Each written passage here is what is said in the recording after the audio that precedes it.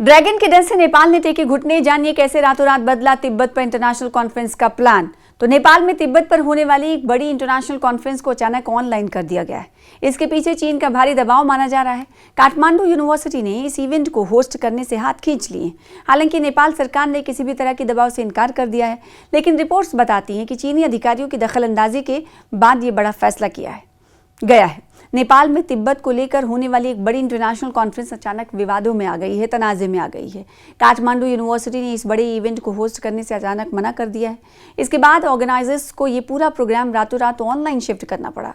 इस बड़े फैसले के पीछे चीन का भारी दबाव बताया जा रहा है। International association for Tibetan studies यानी IATS की ये कॉन्फ्रेंस 23 से 29 अगस्त के बीच होनी थी। इस बड़े इवेंट के लिए पिछले 4 साल से तैयारियां चल रही थी। दुनिया भर के स्कॉलर्स काठमांडू आकर तिब्बत के इतिहास और कल्चर पर चर्चा करने वाले थे। इसके अलावा वहाँ की भाषा, धर्म, कला और समाज के बारे में भी बातचीत होनी थी। लेकिन ऐन मौके पर यूनिवर्सिटी के पीछे हटने से कई गंभीर सवाल खड़े हो गए हैं। लोगों का पूछना है कि क्या नेपाल सरकार ने ड्रैगन के दबाव में घुटने टेक दिए हैं। हालांकि नेपाल सरकार ने इस इवेंट को कैंसिल करने का कोई भी आदेश देने से साफ इनकार किया है। अचानक क्या हुआ कि तिब्बत की इस इंटरनेशनल कॉन्फ्रेंस के साथ काठमांडू यूनिवर्सिटी काफ़ी समय से इस बड़े इवेंट की तैयारी कर रही थी, लेकिन आयोजकों के मुताबिक यूनिवर्सिटी को अचानक इससे पीछे हटने के लिए कहा गया। इसके बाद यूनिवर्सिटी ने खुद को इस प्रोग्राम से पूरी तरह अलग कर लिया। इससे IATS के सामने एक बड़ा संकट खड़ा हो गया।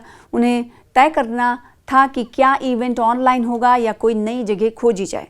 नेपाल के चीफ सेक्रेटरी गोविंदा बहादुर कार्की ने माना कि सरकार ने इस पर चर्चा की। उन्होंने कहा कि अथॉरिटीज़ ने आयोजकों को कुछ खास सलाह दी थी।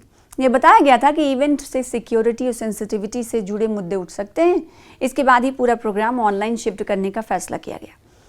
अब सवाल उठता है कि क्या नेपाल की सिक्योरिटी एजेंसियों ने इवेंट कैंसिल करने को कहा था। एक सिक्योरिटी एजेंसी के हेड ने मीडिया को अलग ही जानकारी दी है। उन्होंने बताया है कि अधिकारियों ने हर एंगल से इस कॉन्फ्रेंस की जांच की, लेकिन किसी ने भी इसे कैंसिल करने की सिफारिश नहीं की थी। एजेंसियों का प्लान सिर्फ एक बड़े इवेंट पर नज़र रखने का था। नेपाल के होम मिनिस्टर सुदन गुरुङ ने भी पहले कुछ इसी तरह के संकेत दिए। उन्होंने पब्लिकली कहा था कि ये कॉन्फ्रेंस किसी भी हाल में कैंसिल नहीं होगी। सिर्फ इवेंट में आने वाले लोगों की कड़ी सिक्योरिटी चेकिंग की जाएगी।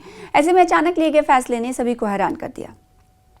चीनी अधिकारियों की दखल के बाद कुछ और अहम बदलाव देखने को मिले। भारत में मौजूद तिब्बतन पॉलिसी इंस्टीट्यूट के कई एक्सपर्ट्स ने अपना नाम वापस ले लिया।